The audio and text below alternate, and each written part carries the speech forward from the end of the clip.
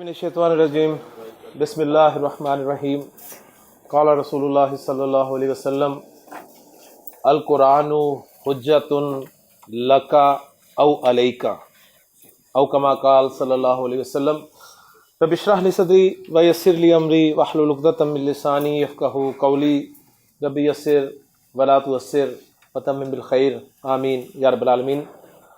نبی کریم صلی اللہ علیہ وسلم کی ایک طویل حدیث ہے، اس میں سے ایک ٹکڑا میں نے آپ کے سامنے ذکر کیا ہے، جس میں آپ صلی اللہ علیہ وآلہ وسلم ارشاد فرما رہے ہیں قرآن حجت ہے، اور حجت قیامت کے حوالے سے ترجمہ کریں تو حجت بنے گا لکا ہم نے مرکب جاری پڑھا ہے، لکا کا ترجمہ تیرے لیے جو ہوتا ہے نا، یہ فیور میں ہوتا ہے۔ آگے فرمایا او یا پھر علیکا، تمہارے اوپر، تیرے اوپر۔ لام فیور میں ہوتا ہے اور الا اگینسٹ ہوتا ہے۔ جب یہ لام اور الا اکٹھے آ جاتے ہیں نا، جیسے اس حدیث میں آئے ہیں لکا او علیکا، تو ترجمہ ہم کریں گے یا تو قرآن تیرے حق میں دلیل بنے گا یا تیرے خلاف دلیل بنے گا۔ قرآن حق میں دلیل کیسے ہوگا جی؟ قرآن ایک اور روایت میں ملتا ہے، آپ نے صلی اللہ علیہ وسلم نے فرمایا کہ قرآن اور روزہ یہ اللہ تعالیٰ سے بندے کی سفارش کریں گے۔ روزہ اور قرآن یہ اللہ سے بندے کی سفارش کریں گے۔ روزہ کہے گا اللہ میں نے اسے دن کو کھانے پینے سے روکے رکھا، میں نے اسے دن میں کھانے پینے سے اور اس کی دوسری خواہشات سے روکے رکھا،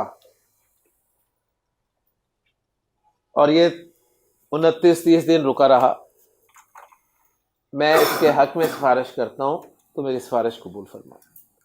قرآن کہے گا اے اللہ میں نے اسے راتوں کو سونے سے روکے رکھا، رات کو سونے نہیں دیا اسے۔ روزہ تو ہمیں سمجھ میں آ رہا ہے،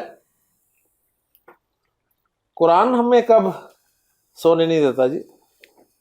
ہم تو خوب سوتے ہیں، ایسے ہے نا، تراویح پڑھ کے بھی خوب سوتے ہیں۔ بہرحال قرآن سفارش کرے گا میں نے اسے رات کو سونے نہیں دیا تو اس کے حق میں میری سفارش قبول فرما۔ تو نبی نے فرمایا کہ ان دونوں کی سفارش قبول کر لی جائے گی۔ تو یہاں پر آپ صلی اللہ علیہ وسلم فرما رہے ہیں کہ قرآن یا تو تیرے حق میں دلیل بنے گا یا پھر تیرے خلاف دلیل بنے گا۔ حق میں دلیل بنے گا کیسے؟ قرآن کہے گا یا اللہ مجھے تیرا کلام مانتا تھا، ٹھیک ہے کہ میں تیرا کلام ہوں، مجھے پڑھتا بھی تھا، مجھے باقاعدگی سے پڑھتا تھا، مجھے سمجھ کر پڑھتا تھا، مجھ پر عمل کرتا تھا، میرا پیغام دوسروں تک پہنچاتا تھا، مجھے دوسروں کو سکھاتا تھا، تو یہ اس کی حق میں دلیل ہوگی۔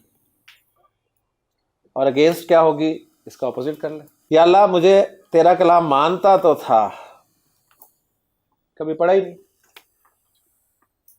ہاں کبھی کبھی پڑھتا تھا، کوئی مر جاتا تھا تو پڑھ لیتا تھا، کوئی نہیں مرتا تھا تو پڑھ لیتا تھا، سورہ یاسین پڑھ لیتا تھا کہ جان نکلے جلدی۔ جس مقصد کے لیے تو نے مجھے نازل کیا تھا اس مقصد کے لیے اس نے کبھی نہیں پڑھا مجھے۔ سمجھ کر پڑھنا تو بہت دور کی بات ہے، یہ تو بہت دور کی بات ہے نا، باقاعدگی سے نہیں کبھی پڑھا، سمجھ تو آتا ہی نہیں تھا۔ جیسے ہر زبان آتی تھی، انگریزی بڑی اچھی سمجھ میں آتی تھی، چائنیز، جاپانیز، پتہ نہیں کون سی، فرینچ، ہر زبان پیسے دے دے کے سیکھتا تھا، لیکن اس نے اپنی پوری زندگی میں 60 سال کی زندگی میں 5 ہفتے بھی قرآن کی زبان سیکھنے کے لیے نہیں نکالے۔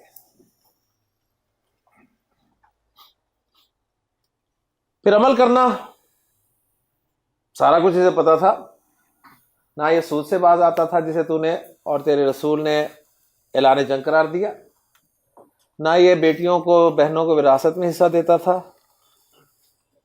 روزہ ایک نہیں چھوڑتا تھا، ایام 20 کے بھی رکھتا تھا، عمرہ بے شمار، لیکن اس طرف ہو رہا تھا کہ یہ رواج نہیں ہے، اور پھر دوسروں تک پہنچانا، خود آئے تو پہنچائے نا دوسروں، تو یہ اس کی خلاف حجت ہوگی۔ سمپل سی بات ہے جی، سیدھا سادہ سا جملہ ہے آپ صلی اللہ علیہ وسلم کا۔ اب اس حدیث کی روشنی میں ہم دیکھیں کہ ہم کیا کر رہے ہیں، کیا ہمارے عمل سے قرآن ہمارے حق میں دلیل بنے گا یا ہمارے خلاف؟ اللہ تعالیٰ سے دعا ہے کہ قرآن ہمارے حق میں دلیل بنے، لیکن ظاہر بات ہے اس کے لیے ہمیں قرآن کو پڑھنا، سمجھنا، اس کا پیغام دوسروں تک پہنچانا، اس پر عمل کرنا، یہ لازمی ہوگا۔ اللہ تعالیٰ عمل کرنے کی توفیق عطا فرمائے۔